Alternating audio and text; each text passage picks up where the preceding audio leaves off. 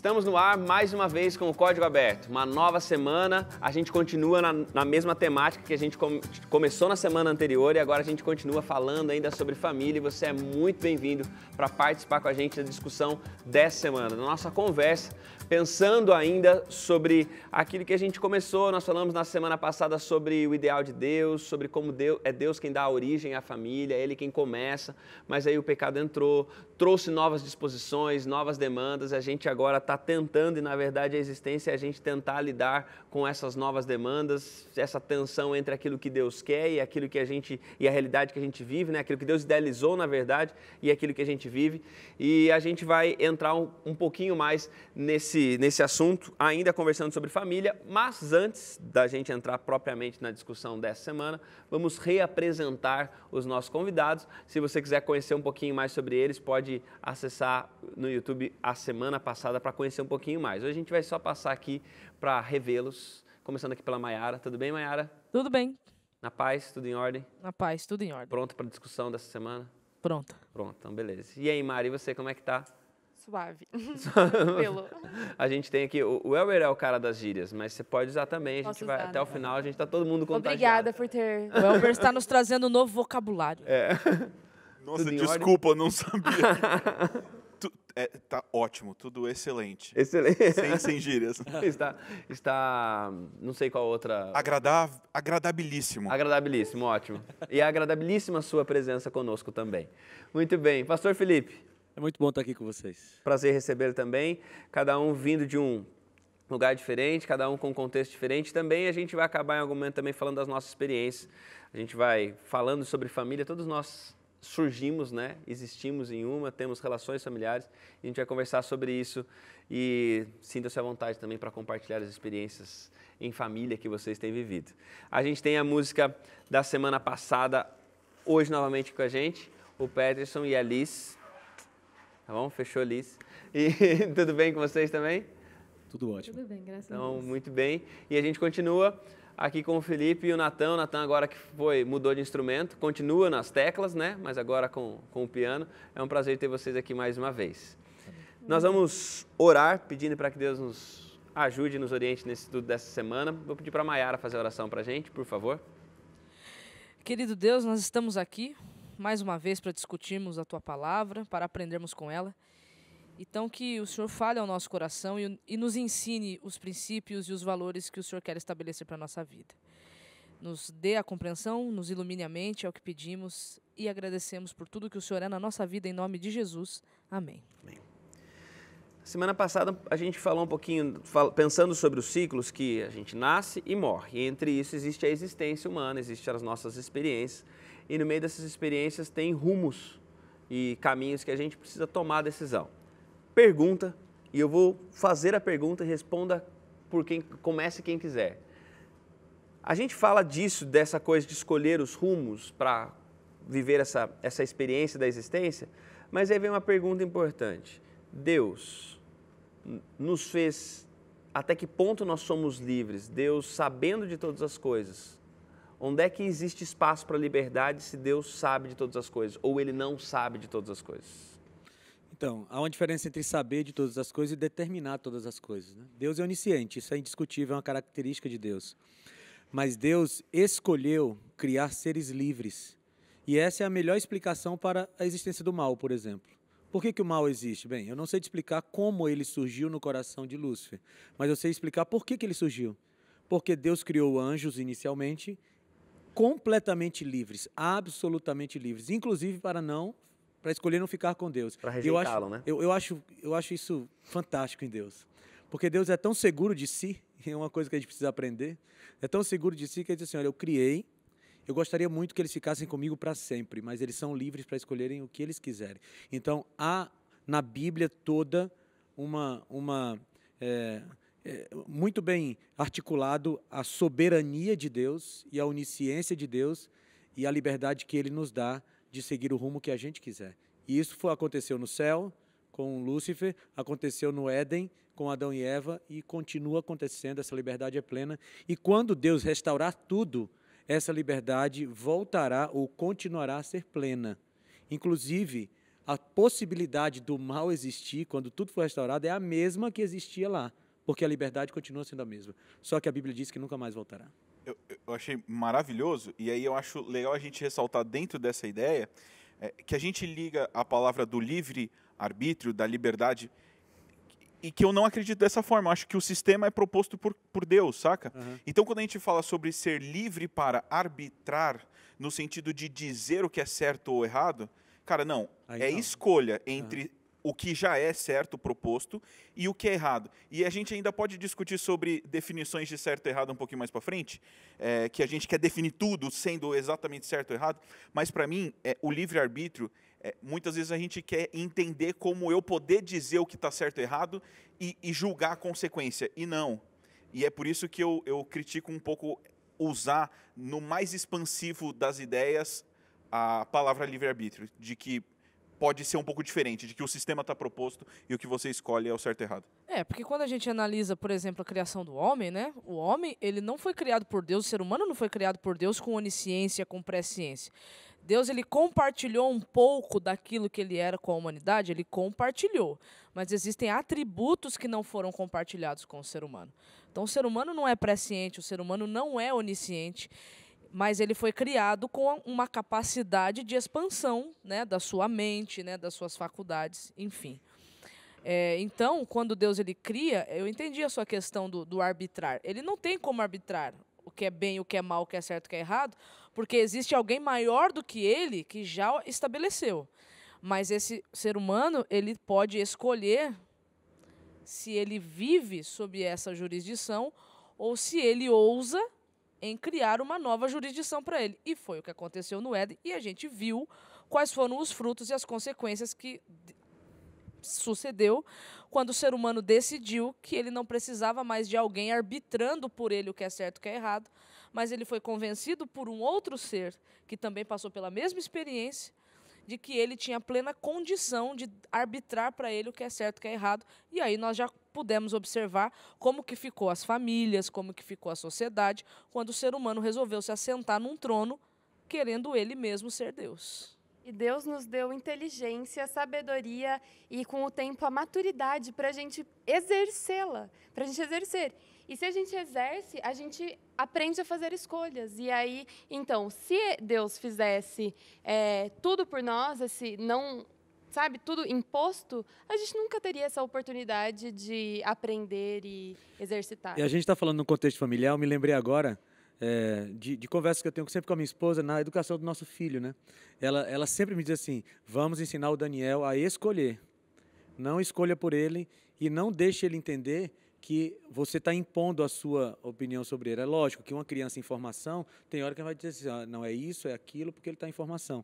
Mas a gente luta lá em casa, e a minha esposa trabalha muito isso no Daniel e em mim também, de ajudar o Daniel a crescer como um ser livre, que sabe escolher e que não depende do outro. Então, isso no contexto da igreja, no contexto das relações entre os adultos, a gente precisa pensar, porque ninguém tem a autorização de Deus de controlar o outro. Exatamente. Porque nem Deus controla o outro. Deus deixou todo mundo livre para fazer as suas escolhas. Então, como educadores e pais, então a gente vai tratar dessa questão de pais mais em outros temas, mas como pais, a gente precisa criar nossos filhos de tal maneira que eles saibam escolher. E quando eles se desvincularem de nós, eles saibam escolher. E nessa relação com os outros, ninguém tem a autorização de Deus de dominar o outro. A gente oferece as possibilidades, mas o outro precisa escolher e exercer isso que Deus deu, que é a inteligência para escolher, que foi Deus quem deu e precisa ser exercida. E você falou um ponto interessante, você dá as possibilidades. Então, quando seu filho lá de 3 anos, você fala, vamos à igreja. Ele não vai no quarto olhar todas as roupas dele e escolher qual ele vai. Você dá as opções, você coloca lá 5 roupas e fala, entre essas, qual você quer?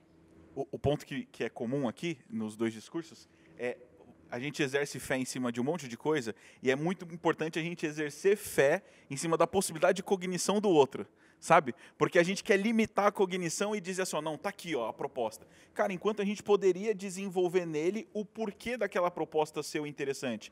E, de novo, eu discuto isso a gente como líder, de sempre querer propor o final do caminho e não propor o desenvolvimento da cognição. A gente precisa exercer fé de que a pessoa pode pensar. Por isso que nós, mencionando a questão de liderança, seria o ideal que todo líder aprendesse a desenvolver no seu liderado a capacidade dele usar o bom senso que Deus lhe deu. Se nós ajudássemos as pessoas a trabalhar mais com o bom senso que Deus deu, teria muita questão de pode ou não pode, certo ou errado, faz ou faz, cairia por terra. Por quê? Porque você ensinando a pessoa a usar o bom senso que Deus lhe deu, ela vai ter condições cognitivas de poder tomar uma decisão, escolher. E é muito que acontece com Deus quando Ele chama o povo, né? O povo está lá vivendo de uma forma contrária e através dos profetas Ele fala, vem aqui, vamos conversar sobre isso. Vocês estão vivendo um modo de vida que não foi o que eu desejei, então vamos conversar. Vamos pensar junto sobre isso que vocês estão fazendo. E aí vem naquela coisa, né? Deus nos criou, né? Ao nos criar a imagem e semelhança dele, Ele não nos cria como um produto pronto, Ele nos cria como um produto em desenvolvimento. Adão e Eva, quando saem das mãos de Deus, eles não eram tudo o que eles podiam ser, né? Então, faz parte disso, como o Elber falou, faz parte desse processo, inclusive, iniciado por Deus, de auxiliar, de ser essa pessoa que está junto para que a pessoa desenvolva essa capacidade de refletir a imagem e semelhança de Deus nas suas decisões. Não, mas você falou de produto pronto.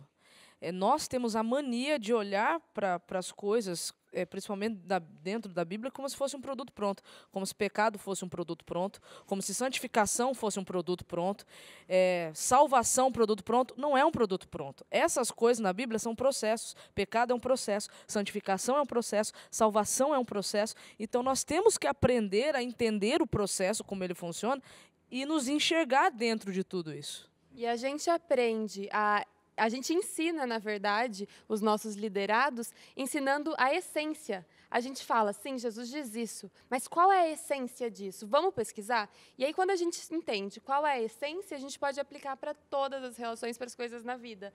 Então, a chave é sempre a essência daquilo que está escrito. E aí entra num assunto bíblico aqui, que no meio teológico é muito discutido, né, se Deus escolhe os salvos ou não, né? Esse é um assunto muito... E aí vem os calvinistas, os arminianos e tal. Mas quando você estuda a Bíblia, você percebe que Deus, sim... Lá em Efésios diz que Deus, ele tem eleição. Ele elege, ele predestinou as pessoas para a salvação. Agora, cara, Deus é tão perfeito que a predestinação de Deus não anula o que ele nos deu, que é a capacidade de escolher. Então, Deus predestinou todos os seres humanos para a salvação, mas ele deixou livre para quem não quer aceitar. Então, sim, na Bíblia existe a palavra predestinação, mas a predestinação não é absoluta, como, por exemplo, Calvino dizia. A predestinação bíblica é a vontade de Deus para todos os seres humanos, mas está lá a capacidade que Deus nos dá de escolher ficar com o que Deus quer ou não. Ele não determinou, né? Porque a predestinação ela é vista com um certo determinismo, né? Ele não determinou, ele gostaria muito que todos se salvassem. Isso você vai encontrar do Gênesis ao Apocalipse, porém você vai encontrar também que a pessoa vai poder escolher se isso é uma boa para ela ou não, né? E aí, Mayara, em cima de escolha, é um negócio que eu sempre fico refletindo, né? De que a gente quer padronizar o que é escolha certa e o que é escolha errada. E aí, dentro da Bíblia, a gente pega um negócio e quer concretizar aquilo, sendo que é relativo. Inclusive, a palavra relativo, a gente tem um baita preconceito de dizer que alguma coisa é relativa dentro da Bíblia, com medo de tornar toda a verdade ou toda a Bíblia relativa. E não é essa a proposta. O que eu estou chamando a atenção é de que existem pontos dentro daquilo que Deus nos propõe que não é concreto, que ele pede adoração, mas que, cara, muitas vezes a gente quer formatar essa adoração e tornar isso concreto. E não é, cara, e existe uma relativização. E aí, com escolhas e tantos outros pontos aqui que a gente pode enumerar, a gente também faz a mesma coisa. Então, assim, quais são as escolhas certas diante de Deus? E aí o pai ou o líder nessa função, e não acreditando na possibilidade cognitiva, ele quer propor, então para você o certo é isso. Cara, não. Não dá para a gente dizer que esse é o certo, não dá para dizer que essa é a profissão certa, não dá para dizer que esse é o cônjuge certo, e aí tem um monte de escolha que a gente vai bater um papo, que tem esse pressuposto, da gente propor o certo, assim, muito concreto. Então, na Bíblia a gente encontra coisas que Deus disse, é isso e ponto final. Mas a Bíblia não responde tudo. Ouvi uma frase, ouvi uma frase por aí, disse assim, para qualquer pergunta, a resposta é Deus. Eu fiquei pensando, calma aí, porque se você perguntar qual é a receita do bolo que eu comi semana passada, a resposta não é Deus. Entende? A gente às vezes gosta dessas frases prontas, que parecem bonitas, mas no final das contas não é isso. Deus é resposta para as coisas principais da existência humana, eu concordo com isso. Mas qual é a cor da calça que eu vou usar para gravar esse programa aqui? Cara, Deus deixa eu escolher. E tem coisas, muitas coisas que Deus deixa eu escolher. Algumas, ele disse assim, é isso, e na soberania de Deus a gente tem que pensar nisso, né? A religião bíblica não está centrada no homem, a religião bíblica está centrada em Deus, e Deus tem autoridade para dizer o que é certo e o que é errado. E ele escolheu algumas coisas que ele disse, é isso e pronto. Mas tem muitas outras coisas que ele deixou livre para a gente escolher.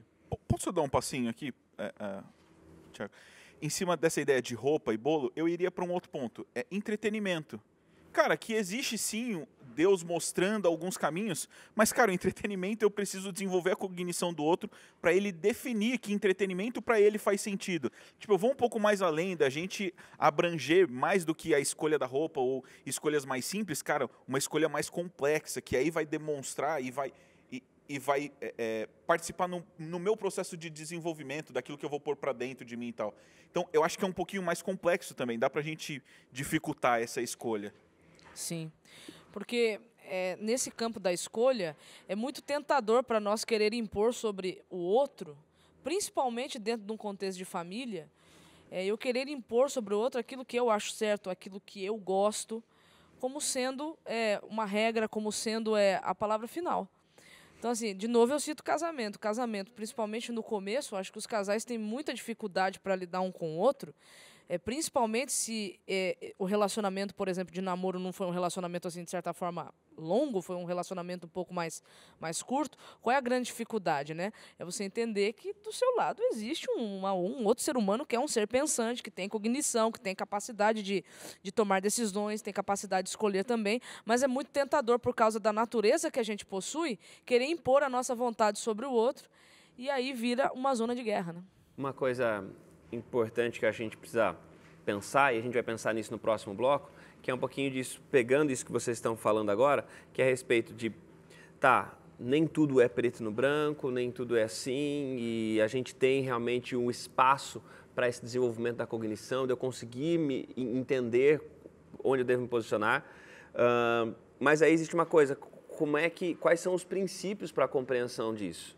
Que indicadores que eu tenho de que eu estou indo num caminho de uma construção ou de desenvolver em alguém essa capacidade de escolha. Deus nos fez livres e nos fez livres, inclusive, para conseguir olhar para todo esse mundo de coisas. E aí, quando você fala até mesmo sobre a questão de entretenimento e tudo mais, que filtros que a Bíblia oferece para a gente para nos ajudar nas escolhas. A gente vai falar sobre isso no próximo bloco, então fica por aí. Código Aberto volta daqui a pouquinho.